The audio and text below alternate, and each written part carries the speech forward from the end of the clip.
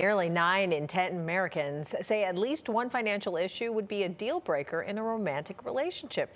The biggest red flags?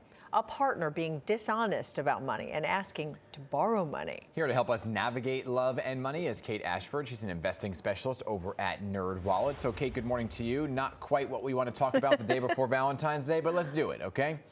Absolutely, sure. All right, so you recently did a survey and it found financial dishonesty is a major dating deal breaker for a majority of Americans. Now, what are we talking about here? How much do finances really factor into the relationships?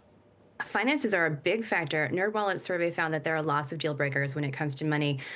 People are really evaluating if you are not saving for the future, if you're a bad tipper, if you're asking to borrow money, if you're financially dishonest, if you live with someone else. People are really finding those to be financial red flags, and they're saying they're out.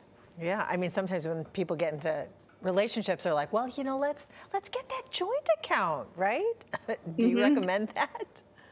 Joint accounts, it really depends on the couple. They have advantages and disadvantages. For some people, it's great to have that shared expense ability. For other people, it's better to have separate accounts or a joint account for some things and separate accounts for other things. The advantages, of course, everything is in one place. You can pay for things like your shared expenses from one account. Disadvantages, if your partner is bad with money, they get themselves into debt, their creditors can come after that account, and you, as a joint account holder, are also liable. Oh. Okay. What about, because you're talking about savings and red flags and everything else, but everybody has a very different style of like saving, investing, and spending, right? So how do you kind of incorporate that into the conversations while you're dating?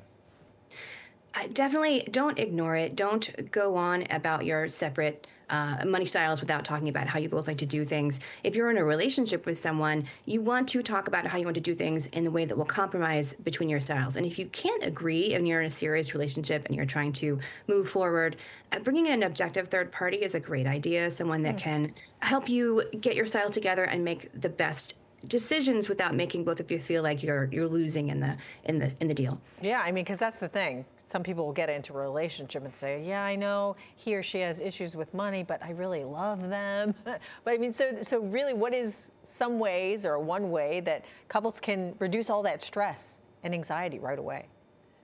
One of the best things to do is set right from the start regular money talks. Maybe once a week, 10 minutes, make it something you enjoy. Go out for coffee. Don't make it tedious. But really set the precedent that you're going to talk about money. And it means that issues won't fester. You know that you're going to talk about things that are bothering you. And you're kind of laying the groundwork for honesty and making money decisions together through that relationship. That's a good idea. Did this survey, Kate, talk about when this conversation should kind of come to the surface? Are we talking like early stages? Are we talking like, we're getting married? Like where did the survey kind of take a look at this? I wish we could offer really solid advice on this, but people had red flags and green flags when talking about money. Talking about money early is either a green flag or a red flag, depending upon who you ask. So take your cues from the person you're with. You can certainly lay out some, early questions and see how they react. And if they don't really want to talk about it right away, maybe don't dive in right away. But as things get serious, it is a conversation you should start having. Yeah, got it. Thanks. I'm taking notes. Great advice, Kate. Thanks so much.